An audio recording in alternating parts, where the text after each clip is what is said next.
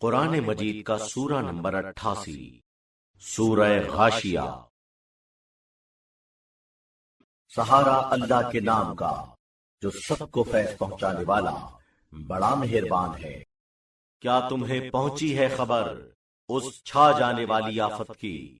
اس دن کچھ چہرے تذلل کا منظر پیش کرنے والے ہوں گے، بہت کام کیے ہوئے، بڑی محنت و مشقت اٹھائے ہوئے، وہ گرمی اٹھا رہے ہوں گے آگ کی، پینے کو پا رہے ہوں گے بہت شدید گرم چشمے سے، ان کے لیے کوئی غذا نہ ہوگی سوا خاردار گھاس زری کے، جو نہ موٹاپا پیدا کرتی ہے اور نہ بھوک کی تکلیف کو دور کرتی ہے۔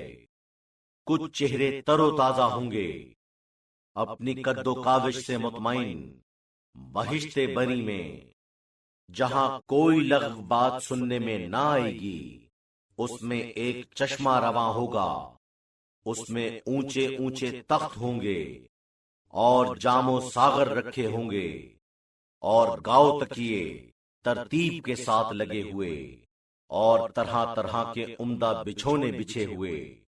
تو کیا یہ اونٹوں کو نہیں دیکھتے کہ یہ کیوں کر پیدا کیے گئے ہیں، اور آسمان کو نہیں دیکھتے کہ کیوں کر بلند ہوا، اور پہاڑوں کو نہیں دیکھتے کہ کیوں کر قائم کیے گئے، اور زمین کو نہیں دیکھتے کہ کیوں کر بچھائی گئی؟